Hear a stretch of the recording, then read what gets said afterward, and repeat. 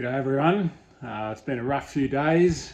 I woke up on my birthday a few days ago to the news that the great Dr John McDougall had passed away. It was also the day after my wife's birthday, so those 2 days every year we call it the Festival of Us. So it was a rough way to spend my birthday. And for a couple of days I haven't been able to face doing anything Spud Fit related because without him none of this would exist. So anyway, I've written something now. It took me a little while to put it together, but I'm just going to read a little tribute that I wrote for Dr. John McDougall. John McDougall was the most hardcore punk rocker I knew, and I don't even know what music he liked. He embodied the punk ethos of anti-establishment, anti-authoritarianism, and anti-corporate greed by being amongst the first doctors to shine a light on how companies have been able to influence science. He showed us how giant corporations with deep pockets could use their resources and power to produce studies that were really just paid advertisements. He was fearless and relentless in standing against the sponsored misinformation that was funded and produced by the food, health, and medical industries. Dr. McDougall embraced the punk DIY ethic through encouraging us all to stop looking for solutions in pills, potions, and other products, and instead take control of our own health in the most basic, sustainable, and accessible way possible: food. He pushed back against corruption and greed and fought for systemic and political change in how we approached health. Perhaps most importantly for seasoned punk rockers, he never sold out.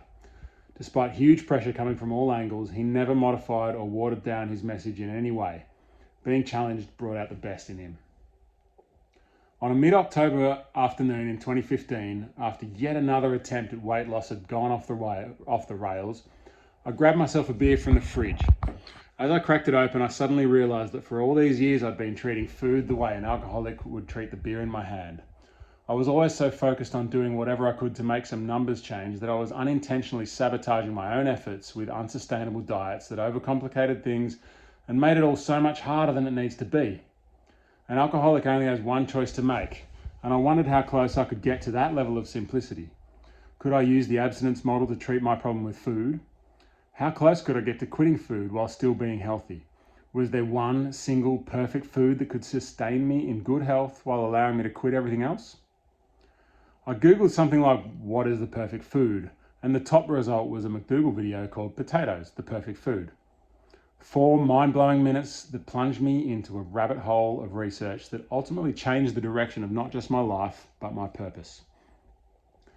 A few short months later, and I'd already lost 10 kilograms, 22 pounds in January alone, when a sneaky friend shared my story with a journalist. My attempt to eat only potatoes for a year went viral around the globe on a scale that I still struggle to grasp. One of the thousands of media requests came from a TV show in the US called The Doctors. I looked up some clips and I was pretty sure they were going to try to make a fool of me on live TV. So I told them I'd only come on their show if they got Dr. McDougall to join me. At that point in time, I'd had no contact with him at all, so I was totally amazed when the doctors told me this man who'd quickly become a hero of mine had agreed. He commanded respect with them in a way that I couldn't, and he turned what I'm sure would have been a pretty terrible experience into a very positive one. I was absolutely awestruck by the whole thing. Despite being on TV together, we didn't actually get to talk to each other. We just answered questions from the hosts, and then when we went off air, it ended pretty abruptly. In my eyes, he was still a mythical beast that existed on a different plane to the rest of us, and I was very grateful for his help. A short time later, he invited me onto his weekly webinar where we finally got to have a great chat, both on and off camera. At the end of the webinar, he invited me to speak at his Advanced Study Weekend, a health conference that he hosted yearly.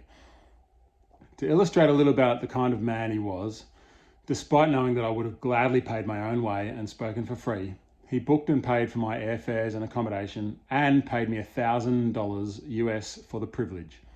I didn't want to take the money, but he hid the cash in an envelope that he told me just had a thank you card in it, and I only opened it after I left. Before my talk, we were chatting, and I told him that it felt strange for me to be presenting alongside a bunch of doctors and scientists who were genuine experts in their fields. He calmed my nerves, saying, "Nobody in the world is a bigger expert than you. Just be yourself and tell your story. They're going to love it. John's daughter Heather was to hold up signs to let me know when there were 15, 10 and 5 minutes left in my hour to help me wrap it up in time. When she held up the 15, I noticed John whisper something in her ear and sit back down. I kept on talking, waiting for the 10-minute sign as my cue to wrap up and leave time for audience questions. But it never came, and I ended up going 20 minutes over time.